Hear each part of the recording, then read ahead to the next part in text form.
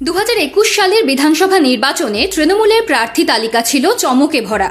তালিকায় ঠাঁই হয়েছিল বিনো দুনিয়ার একাধিক মুখের। তার মধ্যে অন্যতম ছিলেন জলনুপুর খ্যাত লাভলি মৈত্র।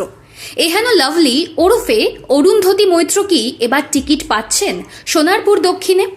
জল্পনা যদি সত্যি হয় তাহলে এবার সেগুড়ে বালি। মাত্র 5 বছরের মেয়াদেই সোনারপুর দক্ষিণের মায়া কাটাতে হচ্ছে এই টেলি নায়িকাকে। কেন লাভলি টিকিট পাচ্ছেন না তা নিয়ে কিন্তু চর্চার শেষ নেই। একসময় মুখ্যমন্ত্রীর স্নেহধন্যা ছিলেন। যদি টিকিট না পান লাভলিকে নিয়ে আগামী দিনে চর্চা হবেই। কখনো বলেছেন বদল নয় বদলা, কখনো আবার আরজিকর কাণ্ডের পরিপ্রেক্ষিতে রাত দখলের নামে ফুর্তি চলছে বলে বিতর্ক তৈরি করেছেন। কখনো আবার হুঁশিয়ারি দিয়ে বলেছেন লোকসভা ভোটে লিড দিতে না পারলে সেই বুথ থেকে সভাপতি সহ সদস্য সবাইকে ইস্তফা দিতে হবে, দল থাকলে রোজগার হবে।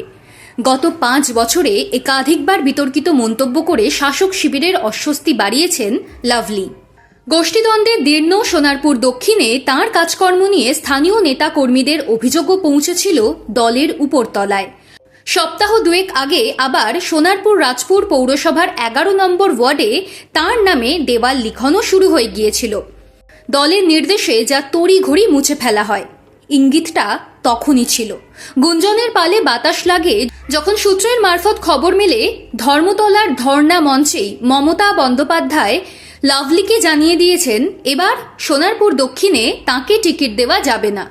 বিধায়ক স্বয়ং এই খবর সর্বৈব মিথ্যা বলে দাবি করলেও প্রত্যক্ষদর্শী সূত্রে জানা যাচ্ছে টিকিট না দিতে পারার কথা জানানোর পরই কিছুক্ষণের জন্য মমতা বন্দ্যোপাধ্যায় মঞ্চ থেকে নেমে গেলে কান্নায় ভেঙে পড়েন অপ্রস্তুত লাভলি।